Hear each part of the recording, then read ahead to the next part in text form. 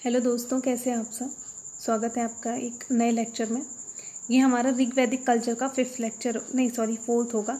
Actually कई दिनों से कोई भी लेक्चर नहीं आया है, उसके लिए आई एम एक्सट्रीमली सॉरी। अभी इस वीडियो में शायद नहीं तो फिर एक और वीडियो आएगी, उसमें हमारा पूरा ये ऋग वैदिक इरा का ऋग वैदिक कल्चर का आर्यंस वाला पूरा टॉपिक ख़त्म हो जाएगा। इस वाले लेक्चर में हम बात करेंगे जो काफ़ी सारे एस्पेक्ट्स हैं ऋग वैदिक कल्चर के, जैसे कि उनकी पॉलिटिकल लाइफ कैसी हुआ करती थी, उनकी सोशल लाइफ क्या थी, इकोनॉमी कैसी थी, वहाँ पे लोग किस तरीके से रहते थे, प्रीस्ट हुआ करता था या क्या था। तो मतलब उनका सारा जो एडमिनिस्ट्रेशन था उसके बारे में बात करेंगे इस वाले लेक्चर में।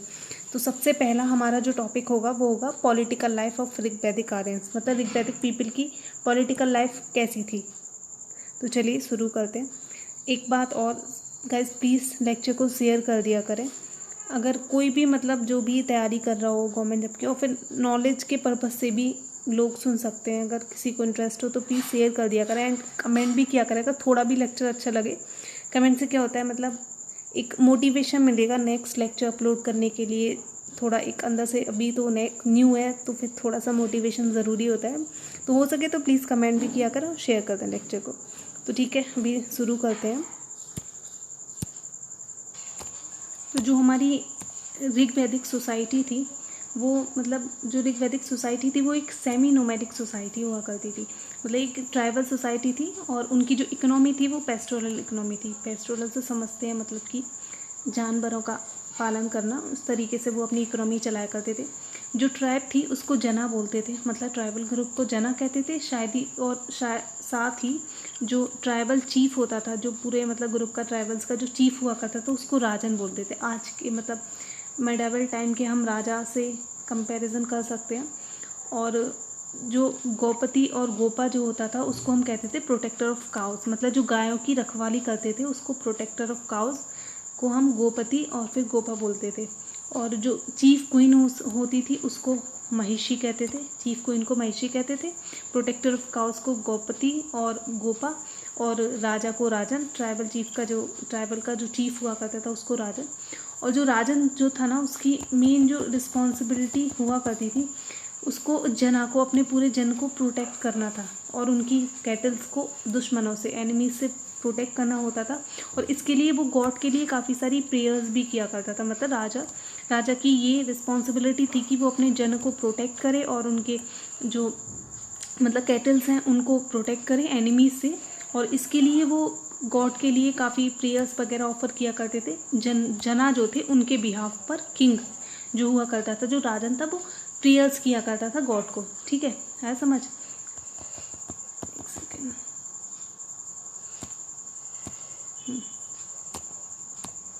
हाँ, और साथ ही क्या था, जो जना था, जो जन के लोग थे, जो जनाज हुआ करते थे, वो लड़ाइयाँ लड़ते थे। मतलब किसके साथ? पैनीज के साथ। ये पैनी ग्रुप होता था मर्चेंट का, मतलब मर्चेंट्स का ग्रुप होता था। ये लोग क्या करते थे, जो पैनीज थे वो इनकी गायों को ले जाते थे और साथ ही जंगलों में छुपा दिया करते थे। जो जन जो थे, जो ट्राइब्स थे, जो लोग थे, उनकी गायों को ले जाके जंगल में छुपा दिया करते थे। तो जो जनाज होते थे वो इन पैनीज से लड़ाइयाँ लड़ते थे अपनी गायों को प्रोटेक्ट करने के लिए, उनको वापस लेने के लिए। तो जो हमारे ऋग वैदिक गॉड हैं, जो इंद्र का मतलब जो भी आशीर्वाद था वो लेके वो लोग काफ़ी सारी बैटल्स लड़ा करते थे। और उन बैटल्स को कहते थे गोवेष्टि और गवेशना, गोशु, गवायत, और ये सारी बैटल्स के नाम थे। तो जो लड़ी जाया करती थी गायों के लिए। ठीक है, ऐसा मतलब पैनी से लड़ाइयाँ लड़ा करते थे जनाज अपनी गायों को वापस लेने के लिए। मतलब ये समझा जा सकता है जो उनकी पूरी इकोनॉमी थी, जो उनकी पूरा मतलब जो ऋग वैदिक कल्चर था वो एक तरीके से गायों के मतलब अराउंड ही था। मतलब गायों को बहुत ज़्यादा इम्पोर्टेंस दिया जाता था। आज हम जो कहते हैं गायों को मत खाओ, गायों को प्रोटेक्ट करो, तो उसका हम जो ट्रेस एंशिएंट टाइम से लेते हैं कि हम उस समय से अपनी गायों को इतना महत्व देते आ रहे हैं। ऐसा माना जाता है कि जो किंग की पोस्ट थी ना वो हेरिडिटरी थी, मतलब कि हम सिमिलर कर सकते हैं उसको मोनार्कियल फॉर्म से, मतलब हेरिडिटरी थी। जैसे कि पिता उसका बेटा, फिर उसका बेटा, इस तरीके से जो किंग की पोस्ट थी वो हेरिडिटरी थी। और साथ ही ऐसे भी कुछ एविडेंसेस मिले हैं जिससे ये पता चलता है कि वहाँ पे जो ट्राइबल असेंबली हुआ करती थी, जिसको समिति बोलते हैं, इसके बारे में आगे हम डिटेल में बात करेंगे। तो वो इलेक्शन भी कराते थे, इलेक्शन के थ्रू भी मतलब किंग का चुनाव होता था, राजा का चुनाव होता था, ये भी एविडेंसेस हैं। साथ ही ऐसा भी माना जाता है कि किंग की पोस्ट हेरिडिटरी थी, ठीक है। और हम अगर एडमिनिस्ट्रेशन की बात करें तो पोस्ट जो ऋग्वैदिक सोसाइटी थी उसमें कंसिस्ट होते थे, जैसे पुरोहित हो गया, एक सेकेंड। तो हम जो एडमिनिस्ट्रेशन की बात करें तो उसमें हम मेन 4 चीज़ों को ध्यान में रखेंगे, 4 टर्म्स को। एक पहला हो गया पुरोहित, जिसको प्रीस्ट बोलते थे। पुरोहित इंग्लिश में प्रीस्ट बोलेंगे। पुरोहित जो होता था वो रिचुअल सर्विसेज दिया करता था। मतलब जो रिचुअल सर्विसेज की बात करें तो मतलब पूजा पाठ इस तरीके की सर्विसेज दिया करते थे पुरोहित। और इसके बदले में जो थे उन्हें गिफ्ट्स मिला करते थे, मतलब दान जिसको बात कहें हम तो दान मिला करते थे उसके बदले में। और दक्षिणा, सैक्रिफिशियल जो ऑफरिंग्स होते थे उनको दक्षिणा बोलेंगे। तो दक्षिणा, दान और दक्षिणा दोनों मिला करते थे पुरोहित को, उनकी जो वो सर्विसेज रिचुअलिस्टिक सर्विसेज दिया करते थे उसके बदले में। और सेकेंड हम बात करें तो सेकेंड है हमारा सेनानी। सेनानी जो है वो चीफ, आर्मी का जो चीफ होगा उसको सेनानी कहा करते थे, जो कमांडर ऑफ द चीफ। और थर्ड वन है ब्रजपति। ब्रजपति मतलब जो ऑफिसर था, जो पूरी टेरिटरी को जो कंट्रोल किया करता था, उसको ब्रजपति बोलते थे। आज की अगर हम बात करें तो शायद चीफ मिनिस्टर का जो काम होता है, स्टेट चीफ मिनिस्टर का, जो एक टेरिटरी को कंट्रोल करता है, तो उसी तरीके से हुआ करता होगा। फोर्थ वन इज ग्रामीणी। ग्रामीणी जो एक मतलब लीडर होता था, मतलब लीडर जो विलेज का, जो जैसे मैंने बताया कि गायों के पीछे लड़ाई हुआ करती थी, जो फाइटिंग जैसे कोई यूनिट बनी उसका को जो लीड करेगा एक गांव की तरफ से, तो उसको ग्रामीणी बोलेंगे। और एक साथ ही ऐसे कोई, एक सेकेंड, साथ ही जो हमें ऐसे कोई भी एविडेंसेस नहीं मिलते हैं जिससे ये पता चले कि वहाँ पे टैक्सेस का कलेक्शन हुआ करता था। जो चीफ है वो उसको, मतलब जो चीफ हुआ करता था, जो राजन हुआ करता था, शायद उसको वॉलेंट्री ऑफरिंग्स मिला करती होंगी। वॉलेंट्री मतलब अपनी तरफ से जिसका जो मन में आया वो दे दिया। और इस वॉलेंट्री ऑफरिंग को हम जो लोग दिया करते थे उसको बाली बोलते हैं, ठीक है। ये टर्म याद रखना, BALI, बाली। जो लोग अपने मतलब अपनी इच्छा अनुसार ऑफर किया करते थे, जो मतलब चीफ हुआ करता था, उसको हम बाली बोलते हैं। ऐसा कोई भी मतलब मेंशन नहीं है कि जो एडमिनिस्ट्रेशन होता था उसके मतलब जो ऑफिसर होता था उसको ऐसा कुछ ऑफरिंग मतलब कि मतलब वो मांगते हो, जैसे कि as a form of, in a form of tax. ऐसा कुछ टैक्स का कलेक्शन का वहाँ पे कोई भी एविडेंस नहीं है। ओके, नेक्स्ट की हम बात करें तो हमारा नेक्स्ट टॉपिक होगा असेंबलीज़। असेंबलीज़ की बात करें तो 4 प्रकार की असेंबलीज़ हुआ करती थी। एक सभा, समिति, विधाता एंड गण, ठीक है। सभा, समिति, विधाता। सभा की बात करें तो इसका जो मतलब मेंशन है ना वो ऋग्वेदा में दे रखा है। जो 4 तरीके की असेंबलीज हैं इनका मेंशन जो है ऋग्वेदा में हमें मिलता है। सभा की बात करें, सभा जो एक स्मॉलर बॉडी होती थी एलिट्स की। और समिति एक मतलब बात करें फॉक असेंबली, जिसको राजन के द्वारा प्रिसाइड, मतलब राजा उसका क्या बोलूँ प्रिसाइड को हिंदी में, प्रतिनिधित्व करता था राजा समिति का, ठीक है। तो ये चीज़ याद रखना, जो सभा हो गया वो स्मॉल असेंबली, समिति जो हो गया उसका राजा कर रहा है उसको प्रिसाइड, उसका प्रतिनिधित्व। और विधाता का जो होगा वो एक डाइवर्स फंक्शन, मतलब एक किसी चीज़ का कोई फंक्शन हुआ इस तरीके के, मतलब अलग अलग तरीके की फंक्शंस के हिसाब से वो बनती होंगी। डाइवर्स फंक्शन के लिए ट्राइबल असेंबली को बोलेंगे विधाता। और फोर्थ वन इज गना। गना मतलब जो ट्रूप्स नहीं होते उनकी जो असेंबली होगी उसको गना बोलेंगे, ओके। और साथ ही जो वुमेन्स की बात करें तो जो मतलब अर्ली ऋग्वैदिक टाइम था ना उसमें वुमेन्स को एक अच्छी खासी थोड़ी इंपॉर्टेंस हाँ दी जाती थी। वुमेन्स जो हमारी औरतें होती थी, महिलाएं, वो सभा और विधाता ऋग्वैदिक टाइम में अटेंड करती थी वो असेंबलीज़ को। साथ ही सभा और समिति जो थी ये सबसे ज़्यादा इम्पॉर्टेंट असेंबलीज थी अगर पॉलिटिकल पॉइंट ऑफ व्यू से हम बात करें तो। सिंह जो हमारा किंग होता था उसमें एक बहुत ही ज़्यादा इच्छा होती थी उसको, मतलब सभा और समिति, जैसे सभा और समिति जो असेंबली है, किंग मतलब बहुत ज़्यादा इच्छुक रहता था, उसकी ये इच्छा होती थी कि सभा और समिति का सपोर्ट उसके लिए मिले। मतलब सभा और समिति का सपोर्ट राजा के लिए बहुत ज़्यादा मायने रखता था। जो सभा और समिति यही 2 सबसे ज़्यादा इम्पॉर्टेंट असेंबली हुआ करती थी। और वुमेन की बात करें तो ऋग्वैदिक टाइम में जो हमारा सभा था और विधाता था, इन 2 में वुमेन की अटेंडेंस होती थी। ओके, आया समझ। नेक्स्ट होगा, अच्छा, जो ऋग्वैदिक इरा था ना, उस टाइम पे जो किंग होता था, राजा, उसके पास कोई भी स्टैंडिंग आर्मी नहीं होती थी। स्टैंडिंग आर्मी से समझे तो हम, जैसे हम आज के टाइम पे बात करें तो सभी कंट्रीज़ की अपनी मतलब हर वक्त एक आर्मी होती है ना, तो कभी भी कोई भी बैटल की ज़रूरत पड़ गई तो एकदम से हम लाइक वी आर रेडी। तो उस वक्त पे क्या था, कोई भी स्टैंडिंग और रेगुलर आर्मी नहीं हुआ करती थी राजा के पास। लेकिन ऐसा था जैसे ही कभी कोई वॉर का समय आया, लगा कि अब युद्ध होना है, तो मतलब उसी समय पे जो थी एकदम आर्मी तभी बनती थी। और जो कुछ ट्राइबल ग्रुप थे जो मिलिट्री फंक्शंस मतलब परफॉर्म किया करते थे, जैसे उन ट्राइबल ग्रुप्स की हम बात करें तो व्रता हो गया और श्रद्धा हो गया, श्रद्धा और गना मतलब बोलेंगे जिसको हम, तो ये सब हुआ करता था। कोई भी रेगुलर आर्मी नहीं होती थी। जब भी जैसे भी समय के हिसाब से ज़रूरत पड़ी उसी वक्त एक मतलब इंस्टेंटली आर्मी बनाते थे जो ट्राइबल लोग हुआ करते थे। और जो लोग थे मतलब जो ऋग्वैदिक जो चैरियटर्स थे, जो वो तो एक वर्मा का यूज़ करते थे लड़ाई में। वर्मा मतलब कोट्स ऑफ मेल, एक तरीके का मतलब जो वॉर्म का वेपन हुआ करता था। और हेलमेट्स पहनते, मतलब वेपन नहीं, मतलब जो शरीर पे पहनने वाला एक कोट होता था उसको वर्मा बोलते थे। और एक सिपरा था, इसको श्रोणास्त्र बोलेंगे शायद, आई थिंक प्रोनाउंसिएशन गलत हो सकता है। जो सर पे पहनने वाला था हेलमेट, उसको बोलते थे श्रोणाशस्त्र। और साथ ही जो मतलब जो उसका यूज़ करते थे, जो मतलब लड़ाई के लिए शॉर्ट्स का यूज़ करते थे। और एरोस जो तीरवान वगैरह, इसका तीर का यूज़ करते थे, उसको एरोस को बोलते हैं हनास। और एक सेकेंड,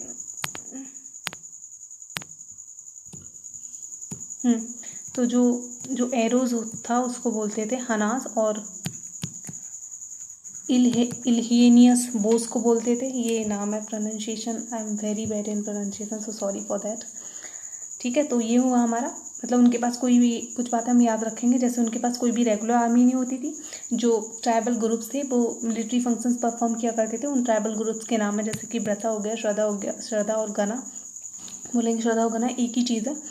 और जो मतलब वर्मा का यूज़ करते थे पहनने के लिए शरीर पे, हेलमेट्स वगैरह सारे ये कॉम्बैट के लिए इक्विप्ड, जो मतलब कुछ जो हमारे क्या बोलेंगे मतलब इन सारी चीज़ों का वो लोग इस्तेमाल करते थे वॉर के युद्ध के समय पे। ठीक है, नेक्स्ट हम बैटल्स के बारे में जानेंगे थोड़ा। अच्छा, तो हम जो बैटल्स की बात करेंगे तो आर्यंस दो तरीके के बैटल लड़ा करते थे। एक जो था उन्होंने प्री आर्यन से मतलब आर्यन से पहले जो लोग थे उनके साथ बैटल्स लड़ी थी। जैसे कि जो आर्यन से पहले थे उनको दशा या दशायुज बोलते थे। अच्छा, ये वाला जो टॉपिक है दशायुज कौन होते थे, उन्होंने किस तरीके से बैटल लड़ी, ये मैंने जो मतलब कि इंडस वैली सिविलाइजेशन की डिक्लाइन वाली वीडियो उसमें अच्छे से समझाया। मतलब जब ये लोग आए थे आर्यंस, तो इन्होंने जब आए थे जो प्री आर्यंस लोग थे उनको मतलब उनका तहस नहस करके तो अपनी सिविलाइजेशन को वो लोग सेटल करेंगे।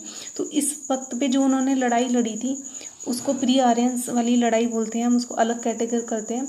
और जो लोगों के साथ लड़ी थी उनको दशा या फिर दशायुज बोलते हैं। ठीक है, और एक सेकंड जो कैटेगरी है वो है अपने खुद ही आर्यंस जो थे उनके बीच में जो लड़ाई हुआ करती थी। तो ये दो टाइप के हो गए। एक तो हो गई प्री आर्यंस वाली जिसको दशायुज बोलते थे जिन लोगों को, और सेकंड वन हो गई अमंग देमसेल्फ मतलब उन लोगों के खुद ही जो आर्यंस थे उनके बीच की लड़ाई है।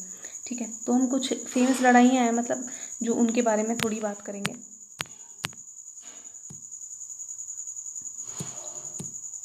तो सबसे पहले हम बात करें, एक बैटल है जो हुई थी, हमारे भारत किंग थे जिसको दिवोदशा बोलते थे, जो बाद में विनर बने थे उस मतलब बैटल के। और साथ ही दास रूलर थे सांभरा ही बोलें, SHAMBARA सांभरा, हाँ, इनके बीच में एक लड़ाई हुई थी भारत किंग जिसमें जो दिवोदशा थे उनकी जीत हुई थी। और एक सेकंड बैटल की बात करें हम, जो सेकंड बैटल है वो 10 राजन मतलब एक साथ 10 राजनों के बीच में हुई थी। और दूसरी तरफ जो थे भारत चीफ सुदास मतलब भारत 10 राजन और सुदास जो भारत के चीफ थे उनके बीच में लड़ा गया था। जो ग्रैंडसन था मतलब जैसे पहले अभी मैंने बात करा जो दिवोदशा जिस लड़ाई में मतलब जीता था उसका जो ग्रैंडसन था वो एक तरफ था और साथ ही जो 10 ट्राइब थी वो एक तरफ थी, ठीक है। मतलब जो 10 राजन हो गया, जो 10 ट्राइब्स थी वो एक तरफ थी और साथ ही दिवोदशा का जो ग्रैंडसन था वो एक तरफ था, ठीक है। और जो उसमें भी मतलब जो 10 ट्राइब्स थी उसमें भी अगर हम 5 फेमस ट्राइब्स की बात करें तो वो होंगी, एक सेकेंड, तो जो 5 फेमस ट्राइब्स हैं जिसको पंचजना बोलते हैं, उसमें एक यदु ट्राइब हो गई, एक यदु हो गई, एक तुर्वशा हो गई, एक पुरु हो गई, एक अनु थी और एक दुरायु थी। ये सारी जो 5 ट्राइब थी ये सब फेमस थी। वैसे 10 ट्राइब थी और एक तरफ जो ग्रैंडसन था, ग्रैंडसन जो था एक तरफ वो था, ग्रैंडसन किसका, ग्रैंडसन दिवोदशा का, और एक तरफ 10 ट्राइब, 10 में भी 5 फेमस थी, एक यदु, तुर्वशा, पुरु, अनु एंड दुरायु। और ये जो थी, ये जो हमारी बैटल लड़ी गई थी ये रावी नदी के किनारे बैंक पे ऑफ द रावी नदी, और उस वक्त पे इसको रावी नहीं बोलते थे, उस वक्त पे इसको बोलते थे पौरुषिनी रिवर के किनारे ये लड़ाई लड़ी गई थी। और जो बाद में थे बाद में जो भारतास थे उन्होंने हाथ मिला लिया था, जो एक सेकेंड तो हमने बात की, एक तरफ 10 ट्राइब थी, ठीक है, और दूसरी तरफ जो था, जो भारत, जो मतलब हमारा भारत का चीफ था वो था सुदास, जो कि दिवोदशा था उसका ग्रैंडसन था, ठीक है।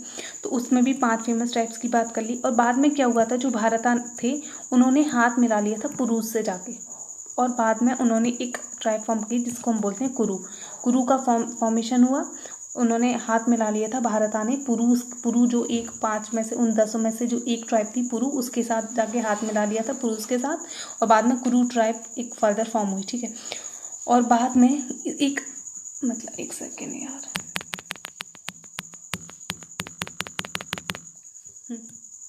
ठीक है, हमने बात करी कि उन्होंने हाथ मिला लिया था पुरुष के साथ, बाद में एक ट्राइब फॉर्म हुई जिसको कुरुस बोलते हैं, और ये फर्दर अलाइड करी पंचालास थे, और इन्होंने पूरा जो गंगा वैली, हमारा गंगा वैली वाला इलाका है ना, पूरा उस पर कंट्रोल कर लिया, ठीक है। अभी एक बार फिर से समझते हैं इसको, पूरा थोड़ा कॉम्प्लिकेट हो गया होगा